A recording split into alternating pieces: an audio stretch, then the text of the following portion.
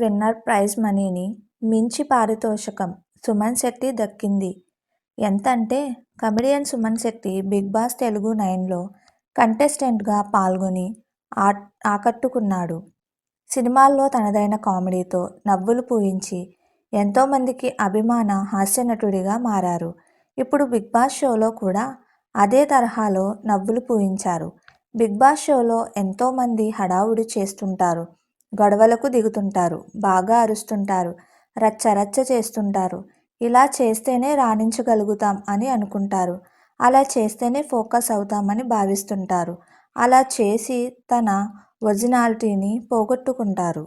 కానీ సుమన్ శెట్టి ఎప్పుడూ అలా చేయలేదు. తాను ఒరిజినల్గా ఉన్నాడు, నిజాయితీగా ఉన్నాడు. రియల్ లైఫ్లో ఎలా ఉంటాడో అలానే ఉన్నాడు. అదే ఆయన సక్సెస్గా చెప్పొచ్చు. తన ఇన్నోసెంట్ని ప్రజలకు నచ్చింది. అందుకే ఆయనను ఓట్ వేసి ఇన్నాళ్ళు నడిపిస్తూ వస్తున్నారు.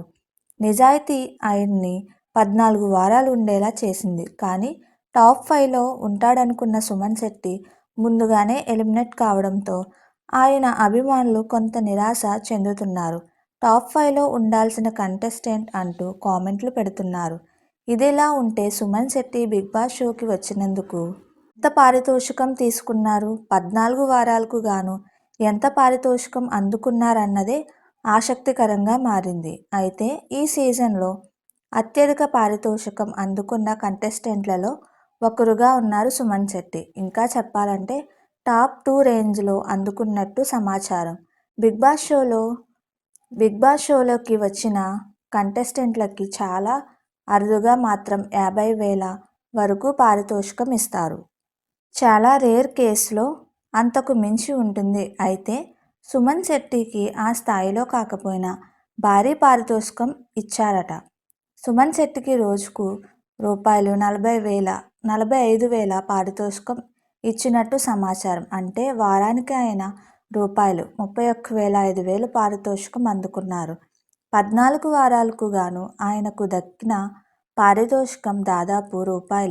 44 లక్షలు కావడం విశేషం. ఇంతటి పారితోషికం అంటే మామూలు విషయం కాదు.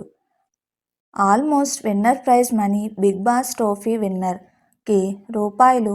50 లక్షలు ఇస్తారు. టాస్క్లు కట్ అయితే ఆయనకు దక్కేది దాదాపు రూ. 38 లక్షల వరకు ఉంటుంది. అదే మధ్యలో ఎవరైనా సూట్ కేస్ ఆఫర్కి టెంప్ట్ అయితే విన్నర్కి ఆ మాత్రం కూడా రాదు, చాలా తగ్గిపోతుంది.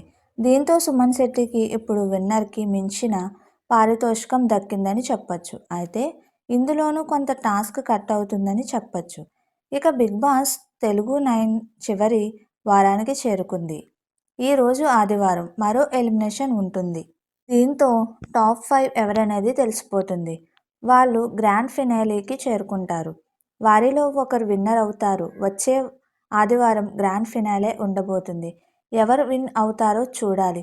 ప్రస్తుతం బిగ్ బాస్ హౌస్లో కళ్యాణ్, ఇమ్మాన్యుయల్, తనుజ, సంజన, డిమాన్, పవన్, భరణి ఉన్నారు. మరి ఈరోజు ఎవరు ఎలిమినేట్ అవుతారనేది ఆసక్తికరంగా మారింది. మీకు మా వీడియోస్ కనుక నచ్చినట్లయితే ఇలాంటి మరెన్నో విషయాలు తెలుసుకోవాలనుకుంటే డూ సబ్స్క్రైబ్ టు సమాజం ముచ్చట్లు.